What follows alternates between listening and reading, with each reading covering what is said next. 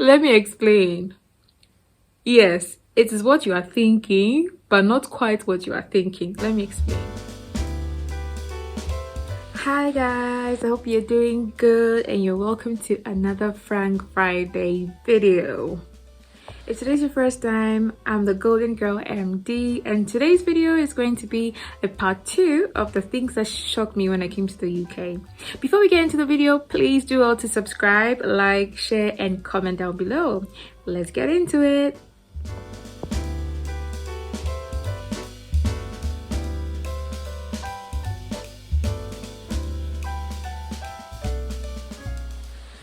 So guys, one of the things that really shocked me when I came to the UK was the way people treated their pets. So back home, pets are mainly for security, right? So the most common pet you will see is a dog. Most people have cats as well, things like that, but it's mainly dogs, and the purpose is mainly for security. In the UK, is quite the contrary. So most people keep pets here because of companionship. People want a friend, someone to be around, and that is a pet. And so because the pet is for companionship, people go the extra mile to make their pets comfortable. Pets go for regular checkups with their vets. People spend thousands of pounds on surgeries. If a pet has a problem, they would spend thousands of pounds just to fix that problem. People give their pets very special food. It's very common, you know, back home, yes, people do give their pets special food, but it's not as common as here. Here it's like the norm to give your pets special food.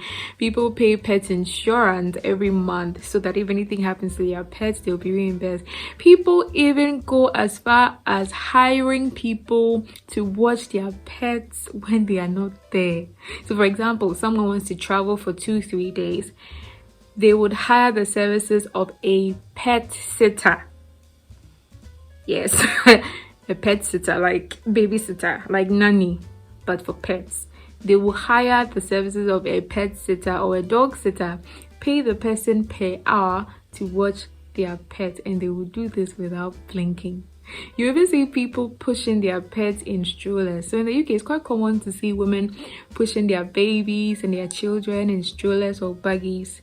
It's very common to also see people pushing their pets in strollers. I don't know if there's a special name for the ones the pets use, but it's the same thing basically. And it was very, very weird for me to see that, because where I'm from, pets are mainly, you know, it's mainly something you have, and even those who have pets are considered, you know, middle class, affluent generally.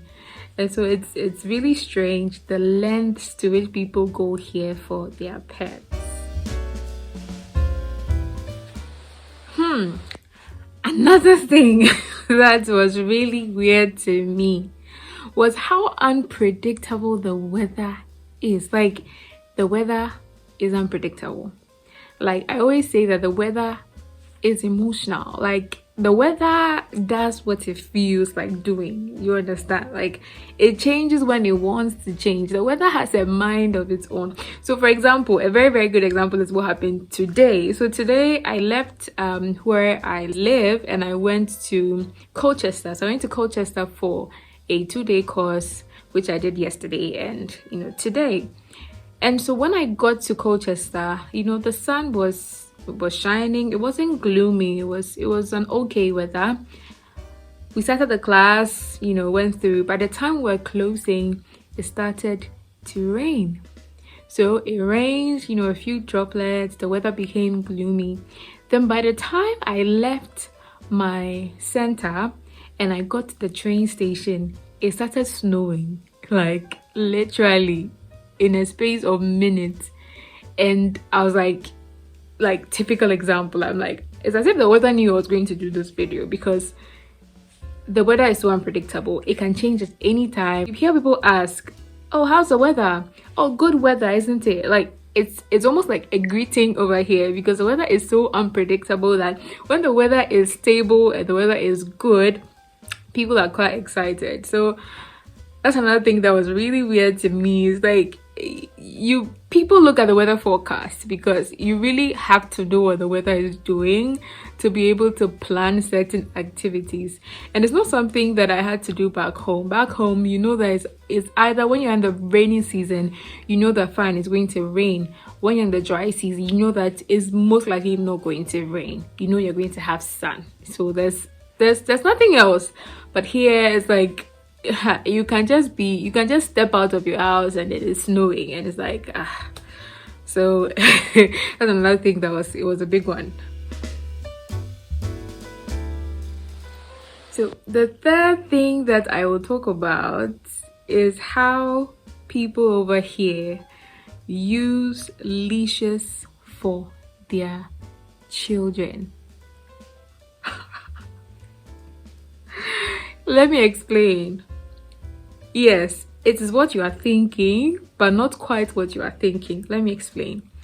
So you see the way we have leashes for dogs, the leashes that go around the necks of dogs. So there's a similar thing, but of course, oh my God, it's not put around the necks of children. That would be barbaric. But it's usually attached to their school bag or sort of like a wristband thing.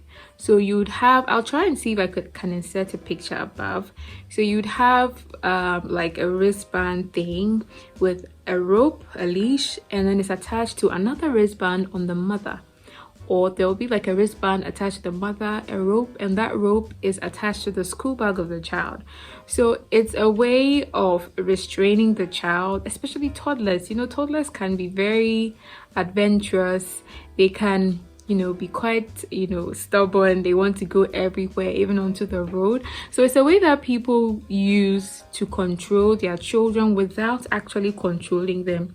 Do you know what I mean? So you give the child some room to move around, to play, especially when you're walking, to walk on their own. But then you don't allow them to go too far because you have the other end of the rope. Do you understand? The first time I saw this, I was like, oh my God, this is barbaric. This is bad. How can you have a leash on a child? Is a child a pet? But look, when my little boy started walking, I was like, even though I've never used one for him, but I saw how like that thing could be helpful, because especially if you want to, you know, walk outside in a crowded place, you don't want your child to go missing, you don't want your child to go somewhere they shouldn't go, you don't want your child to venture onto the road. And sometimes when they are very short, it's difficult to hold them when you're a tall person. So I was like, no, look, this thing, there's wisdom in it. Sometimes you just have to calm down and really think about what the thing is doing. So that's another thing that really shocked me. Now I think I get the reason behind it, but when I came first, it was very shocking to me. I was like, how? Because I'd never seen anything like that back home. You just, you know, either you hold your child and you walk, but you allow the child to walk. I mean, but it's quite common here to see people with, you know, leashes for their children, and it was a shock to me, but you see new things every day. The fourth thing that I'll talk about is how in the UK most people do not know their neighbors. Listen, this is like so true. Like you can live in a place for like a year and not even know who lives below you. That's if you're on a flat, below you or above you.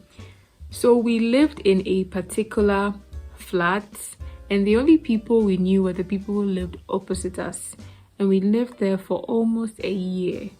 And it's so common, and it was so funny because in this particular flat we all shared the same main door. So it's like an apartment situation, you get it? So there's a main door, and then you have like the code, and then you enter through the main door. So we all used the same main door, just that we lived on different flats.